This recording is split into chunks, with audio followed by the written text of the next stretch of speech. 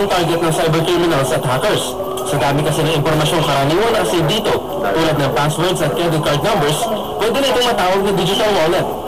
Ang host dancer na si Regine Tolentino na biktima ng email hacker. May nag-email nga sa kanila na I'm in Spain, I lost my wallet, I have no money, and I have no ID and everything, and so they were very concerned. Ayon kay IT expert Jerry Liao, stranded friend email scam ang tawag sa modus na ito. Gagamitin mo yung name mo, yung nagmamayari nun ng hack account. At padadalan ka ng email at sasabihin sa iyo na naipit siya o na-stranded siya sa isang lugar or na nakawan siya, for example, at naubos lahat yung kanyang kayaman at hindi siya makauwi at humingi siya sa iyo ng pera. Nakukuha rin ng hackers ang login information gamit ang keylogger programs. Nare-record nito ang bawat pindot o keystroke ng biktima at naipapadala ang impormasyon sa mga hacker. At gaya ng mga virus, pwede itong makuha sa pag-click ng links o pagpunta sa ilang website. Kaya payo ni Liao, kapag nakatanggap ng kahinahinalang email, i-verify muna ang detalye sa email. Kung may contact number, tawagan mo na ito. Huwag mag-click ng kahit ano sa email dahil posibleng may laman itong virus o keylogger. At i-double check ang email address ng sender. Box o gawa-gawang email address ang mga ginagamit ng mga hacker. At kadalasan ipinaparehas nila ang pangalan nito sa official websites o di kaya sa email address ng inyong mga kakilala. Para ma-verify kung saan talaga mapupunta ang inyong email reply, i-click lang ang view full header at i-click ang return back. Para hindi ma-hack, lagi mag-log out. Gumawa ng hiwalay na email account para sa personal at business transactions. Magpalit ng password kada 3 buwan.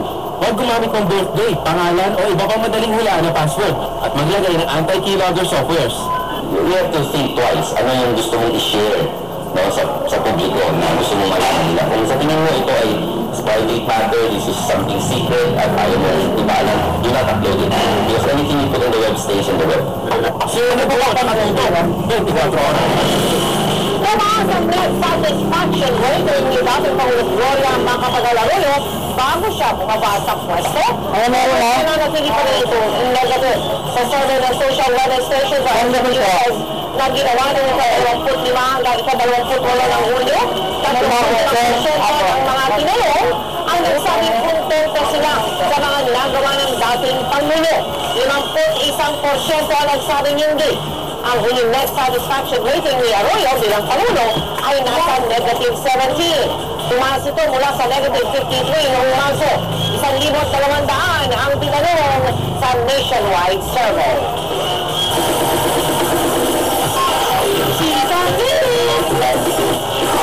Mapapanood na bukas sa pinabagong game show ng GMA7 ang Spin It, Win It. Ang host nito, walang iba kundi si Joey De Leon. Ayon kay Joey, maaaring umabot sa 1 million pesos ang pwedeng mampalalunan ng isang Kapuso fan. Mga celebrity ng GMA ang maglalaro para sa Kapuso fan na magmumula sa regyon na i-determine ng spin wheel. Kapuso fan sa maghahatid sa hindi nakatilipat na swerte. Anong swerte mo, guys? Tulad lang commercial news updates, babalik pa ang chika doon. Ito lang ba? 7. Nabigla kami ng aming mga balitaan na sinuno ng ilang armadong kalalakihan sa mga school buildings ng limang eskwelahan sa bayan.